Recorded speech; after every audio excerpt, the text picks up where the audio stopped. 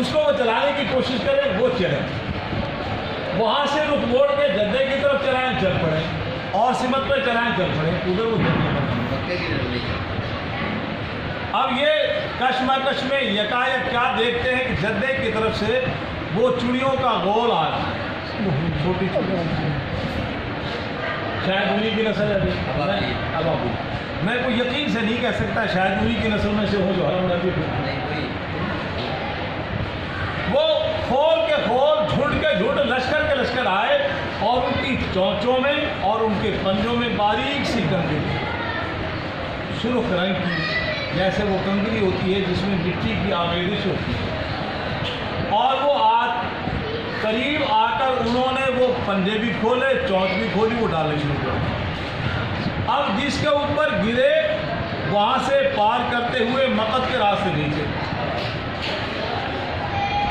کوئی اس کا سپاہی لشکری ادھر گر گیا، وہ ادھر گر گیا، اور اس طرح سے وہ اس زد میں آنا شروع ہوا۔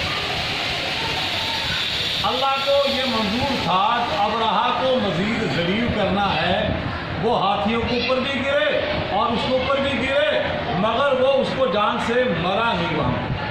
بالآخر اگلا ارادہ منسوخ کر کے کہ صنعا کی طرف واپس ہو، یمن کی طرف واپس ہوا۔ جب واپس ہوا تو وہاں اس کے جسم میں اولا اور یہ پیپ اور چھالے پڑنے شروع ہوئے، اور وہاں اسی حالت میں سسک کر مارا، باقی بھی اپنے انجام کو پہنچ گئے۔ جو وہ محابت تھے ان کو اللہ نے نابینا کر دیا۔ ام المؤمنین رضی اللہ تعالیٰ فرماتی ہیں کہ ان کو مکے کی گلیوں میں بھیک مانگتے ہوئے دیکھا، وہ واپس یمن نہیں گئے، مکے وہ نابینا ہو، دو فیل باندھ کر۔ اس کو اللہ تعالیٰ فرما رہے ہیں کہ الم تری کیف فعل ربک باصحاب الفیل، کیا آپ نے نہیں دیکھا کس طرح کیا تیرے رب نے ہاتھی والوں کے ساتھ؟ ہاتھی یہاں پہ راشد توجہ ہو، علم ترا کا لفظ ہے، بہت سے لوگ اس لفظ کے ظاہر کو دیکھ کے ایک عقیدہ گھڑ لیتے ہیں جہالت کی بنیاد پر، کیا نہیں دیکھا؟ یہ تو پیغمبر کی ولادت سے بھی پہلے کی بات ہے، اللہ تعالیٰ نے نبی سے پہلے آپ نے نہیں دیکھا، پہلے کی بات دیکھا، دیکھنا ثابت ہو۔ دیکھنا ہوتا ہے دو طرح کا، ایک رؤیت قلبی ہوتی ہے، ایک رؤیت بصری ہوتی ہے۔ ایک اس آنکھ سے دیکھا، ہمارے ہاں ہر تیسرے دن ہر روز ہم مجلس میں کہتے ہیں وہ جناب آپ نے محمد علی جناب کو نہیں دیکھا، وہاں کھڑے ہوئے انہوں نے بیان کیا، تو ہم نے دیکھا، آپ نے یہ واقعہ نہیں سنا، ہم نے کہاں سنا ہے؟ ہم تو اب کتابوں سے اور پڑھ لکھ کر ہم سن رہے ہیں، ہم نے اپنے نہ کانوں سے سنا نہ ہم نے اپنی آنکھوں سے دیکھا، اور یہ روز ایک طرف بولا جاتا ہے ہمارا یہ محاورہ ہے، آپ منظر دیکھا، اس کے بعد یہ کام محاورہ ہے، صدیوں ہزاروں سال پرانا۔ جبکہ اگر کوئی پھر بھی مزید رہے تو قرآن ہی کے اندر چند ایک واقعات ایسے ہیں۔ سیدنا زکریا علیہ السلام کے ہاں جب مائی وہ بچی کے لیے قرآن دازی ہو رہی تھی تو قرآن نے کہا وما کنت لدیہم اذ یلقون اقلامہم، جب مائی مریم کی کفالت کے لیے قرآن دازی کی جا رہی تھی تو آپ وہاں نہ تھے، آپ نے نہیں دیکھا۔ تو فرمایا یہ رؤیت قلبی مراد ہے، رؤیت بصری مراد قلبی ہے۔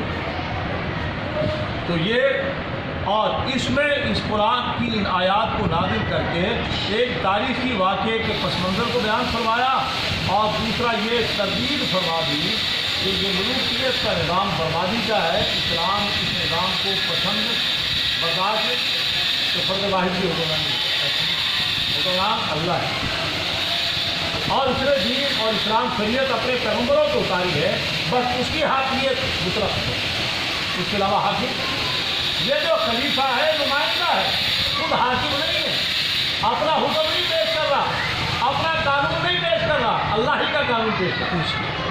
فرمایا الم تری کیف فعل ربک باصحاب الفیل، کیا نہیں دیکھا کہ کس طرح کیا تیرے رب نے پھر ہاتھی والوں کے ساتھ، کیا نہیں کر دیا ان کی تدبیر کو بیکار؟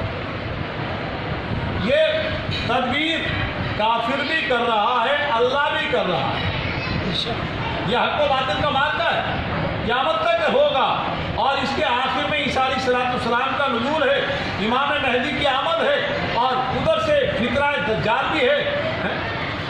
اس وقت بھی حق و باطل کا معرکہ ہوگا، اور اس کے لیے بھی وہ بھی تدبیر کریں گے غالب آنے کی۔ اللہ بھی تدبیر کر رہا ہے اور کرتا رہا ہے، اور اس کو اللہ نے فرمایا وما کروں وما کر اللہ، یہ بھی تدبیریں کر رہے ہیں باطل کو غالب کرنے کی، اور میں اللہ بھی خفیہ تدبیریں کر رہا ہوں حق کو غالب کرنے کی۔ اور بہتر تدبیر کس کی؟ اللہ۔ یہ تو ہمارے لفظ ہے نا، مگر دھوکہ کو یہ نہیں ہے، ابھی زبان میں مگر تدبیر کو کریں وما کروں وما کر وَإِذْ يَمْكُرُ بِكَ الَّذِينَ كَفَرُوا لِيُثْبِتُوكَ أَوْ يُقْتِلُوكَ أَوْ يُخْرِجُوكَ، وہ تدبیریں کر رہے تھے معاذ اللہ پیغمبر کو جلا وطن کر دیا جائے، قتل کر دیا جائے، یا پابند سلاسل کر دیا جائے، اور ہم بھی تدبیریں کر رہے تھے۔ غالب کس کی تدبیر ہے؟ اللہ کی۔ ساری دنیا کے طاقتور ممالک جس کے لیے لفظ بولا جاتا ہے نیٹو، وہ تدبیریں کرنے آئے، نہتے افغانوں پہ چڑھ گئے، وہ بھی تدبیریں کر رہے تھے۔ اس مرد کلندر نے کہا تم کہتے ہو ہم بڑے، اب وقت بتائے گا، اللہ کہتا میں بڑا، اب وقت بتائے گا کون بڑا۔ اللہ اکبر، تو اللہ نے بتا دیا کون بڑا؟ اللہ۔ وہ جناب لڑا دے منگولے کو شہباز سے، وہ شہباز کو منگولے کے ہاتھوں مروایا نہیں، بالکی دکھلا دیا۔ اب وہ کہہ رہے چلنے نہیں دیں گے، وہ کہتے ہمارا اللہ چلائے گا، اللہ فون کرے۔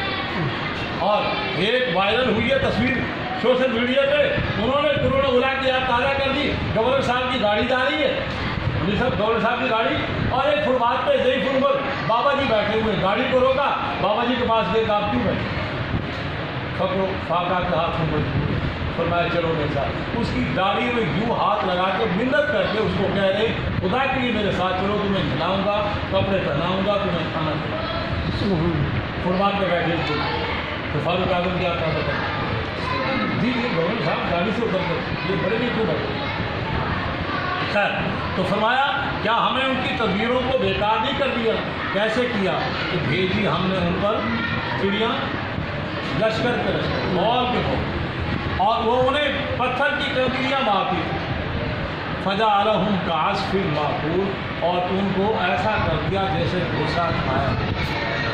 جانور ہم دیکھتے ہیں کھلی میں چارہ ڈالتے ہیں تو وہاں پہ کچھ دن کے نیچے گر جاتے ہیں، وہ پاؤں جانور کے بھینس کے، اور وہ جانور جو بھی بھوسا کھا رہا ہے وہ اس کے پاؤں کے نیچے رونده جاتا ہے، اس طرح کرتے ہیں۔ یا پخانے کی کہنا، پخانے کی طرح کھایا ہوا، ہاں جو بھی کہہ لیں کھایا ہوا بھوسے بالکل روندا ہوا۔ اور اللہ جل جلالہ عمر نوالو اپنی خود حضرت کا اظہار آج بھی کر رہے ہیں، قیامت کی صبح تو ہوگا۔ میں نے کتاب میں پڑھا ہے کہ حضرت مختار کاکی رحمۃ اللہ علیہ فرماتے ہیں کہ میں نے دیکھا کہ ایک بچھو دوڑا جا رہا ہے، میں اس کے پیچھے ہوں، حضرت مختار کاکی رحمۃ اللہ بچھو کے وہ دوڑا جا رہا ہے، میں نے بھی پیچھے، آگے ایک نبی آئی وہ نبی میں داخل ہو گیا، میں کہ آج میں نے قدرت کے منظر دیکھنے کی جگہ ہے، وہ آگے میں پیچھے، اس نے نبی پور کی آگے گیا، آگے جب گیا تو آگے درخت اس کے نیچے ایک آدمی کھویا ہوا شراب پی، ایک شرابی شراب پی کر سویا ہوا، اور یہ اس کے قریب پہنچ گیا، میں بھی یہ شہر میں کھڑا ہو گیا، حضرت مختار کا کیا حاصل آئے قدرت کا کیا کرشمہ ہوگا میں ذرا دیکھنا چاہتا ہوں، آئیے کس کو کیسے گیا، اور یہ وہاں کھڑا ہو، اس درخت کے اوپر سے ایک ناگ اترا گیا اس آدمی کو ڈرنے سے، جیسے وہ قریب آیا تو کسی نے اس کو کاٹا اور اس کا کام کر دیا اور بچھو چلو ایک طرف وہ ناگ تو مر گیا، بچھو چلا گیا، میں کھڑا رہا، تو اس آدمی کی آنکھ کھلی، اس آدمی کی آنکھ کھلی، اس نے یہ منظر دیکھا کہ یہ ناگ مرا پڑا ہے، کیا منظر ہے؟ میں نے اس کو بتایا یہ حقیقت ہے، او میں اس کو سویا بچھو چلا ہے اور اس کو اللہ نے تیری حفاظت کو دیتی ہے، قدرت کے حفاظت کے نظام ہے۔ ایک آدمی جو اللہ کا نافرمانی طغا سرکشی کی حالت میں ہے مگر اللہ جس کو بچانا چاہے، پنجابی چینل دنوں راب رہتے ہیں کون سے، یہ اللہ کا ایک نظام ہے۔ بچھو کی ڈیوٹی لگا دی چلو سانپ کو مارو اور ہمارے اس بندے کی حفاظت، اور بخاری کاندر رحمۃ اللہ علیہ فرماتے ہیں میں نے اس کو واقعہ بتلایا، اس نے اپنی آنکھوں سے وہ بھی دیکھ لیا، اس کے بعد وہ توبہ طائب ہو گیا۔ حضرت آپ گواہ رہے بیان کے بعد شرم فرمایا پھر وہ زندہ رہا اور اس نے لمبی اللہ نے زندگی دی اور اس نے 75 پیدل ہے، اس بندے نے 75 پیدل اللہ کا تو ہر تیسرے دن جناب یہ واقعات رونما ہوتے رہتے ہیں جناب، ہاتھ ساتھ میں اللہ تعالیٰ کیسے بچا دیتا ہے، بالکل بار بار بچ جاتا ہے اللہ تعالیٰ۔ اچھا ہاں فجا رہا آگے بھی ایلافی قریشی ایلافہم رحلۃ الشتاء والصیف۔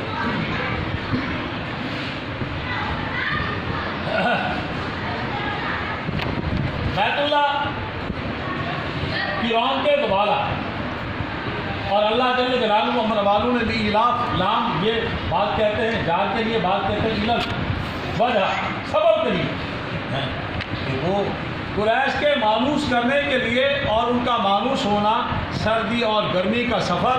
اب اللہ تعالیٰ فرما رہے ہیں تم مانوس ہو کر تمہیں چاہیے کہ اس رب کی عبادت کرو، اس لیے کہ اپنی تھوڑی سی تاریخ اٹھا کے دیکھو، ایک ظالم تمہیں ویران کرنے آیا تھا اور تمہیں نیک و نابود کرنے آیا تھا، میں نے تمہیں بچایا، تو بچانے والے کی عبادت کا حق ہے میری کیا کرو میری عبادت، اس کی عبادت کرو کہ یہ نہیں بچانے والے 360 یہ حاجت روا نہیں، یہ مشکل کشا نہیں، یہ نفع نقصان کے مالک، یہ موت و حیات کے مالک نہیں ہے، نہ موت و حیات کا مالک نفع نقصان کا مالک وہ اللہ ہے۔ اور قریش والوں جس نے تمہیں تمہارے باپ دادوں کو بربادی سے بچایا، وہ 60,000 کا لشکر لے کے آیا تھا تمہیں نیک و نابود کرتے اور ہر چیز کو پامال کرتے ہوئے یہاں تک پہنچا تھا، وہ بدنی کنکرے بندوں کو اس نے موت کے گھاٹ میں میں اتارا اور یہاں تک آیا، پھر میری قدرت دیکھے کہ میں نے تمہیں کیسے بتایا۔ اب تم کیا کر رہے ہیں؟ یہاں پہ لفظ قریش ہے، یہ اصل میں لفظ ہے کرش عربی زبان، اور قریش اس کی تصویر ہے۔ عربی زبان میں تصویر کا لفظ، تصویر کا معنی ہوتا ہے کسی کے چھوٹے پن کو ظاہر کرنا، بسا اوقات تصویر کو ظاہر کرتا ہے، بسا اوقات تحقیر کو ظاہر کرتا ہے اور بسا اوقات کی تعظیم کو ظاہر کرتا ہے۔ یہاں پہ لفظ قریش ان کی تعظیم کو ظاہر کرتا ہے، اور امام الانبیاء کے آباء و اجداد میں 12ویں نمبر پہ جو عدنان ہیں ان کے لیے لفظ قریش کرش بولا جاتا ہے۔ لفظ قریش وہاں سے چلا، لفظ قریش وہاں سے چلا، اور محدثین حضرات نے اس پہ قلم اٹھاتے ہوئے یہ بھی کہا ہے کہ سمندر کی رہنے والی جو آبی مخلوق ہے اس میں ایک مچھلی کا نام قریش ہے، اور وہ مچھلی ایسی ہے جو سمندر کی تمام آبی جانوروں پہ غالب آ جاتی ہے، اور قریش کی وجہ تسمیہ یہ بھی ہے، یہ بھی عرب قبائل سب پہ ہمیشہ غالب آتے تھے، کبھی مغلوب انہوں نے کسی قبیلے کو کھانا ڈھیکے دے دیتا، ہمیشہ ہر قبیلے پہ غالب آتے۔ اور اب یہ اس کے متولی بھی کون تھے؟ اب اور پھر انہی کے خاندان میں تھے۔ اب یہ نبی علیہ السلام نے اور اس صورت میں اللہ نے اس کو بیان فرمایا ہے کہ زر پرستی بربادی ہے اور حاکمیت مطلق اللہ کی ہے، بادشاہ ملوکیت کا نظام وہ بھی بربادی ہے، اور تیسرا بربادی کا نظام ہے قومیت پرستی۔ قومیت قومیت قوم کا فرض جائز کرے ناجائز بس کیا ہے، یہ ہمارا سندھی ہے، یہ ہمارا پنجابی بھائی ہے، یا آگے برادریزم، یہ فرمایا یہ بربادی ہے۔ اصل معیار وہ ہے ان اکرمکم عند اللہ اتقاکم، تقویٰ معیار ہے فضیلت کا، معیار قومیت۔ تو عرب کو جھنجھوڑا کہ تمہارا جو خاندان قریش ہے اس کو ہم نے دیکھے کن حالات سے گزار کر بربادیوں سے بچا کر تمہیں ہم نے عزت دی۔ جب یہ واقعہ رونما ہوا جو پیچھے گزرا ہے تو یمن میں عیسائی تھے اور شام میں عیسائی تھے، روم میں عیسائی تھے، ان تمام لوگوں کے دلوں میں مکے والوں کی قدر و منزلت اور بڑھ گئی۔ کہ بھائی جناب اللہ کی بڑی عظیم مخلوق ہے، اللہ نے ہم تمہیں بچایا، ایسے قابل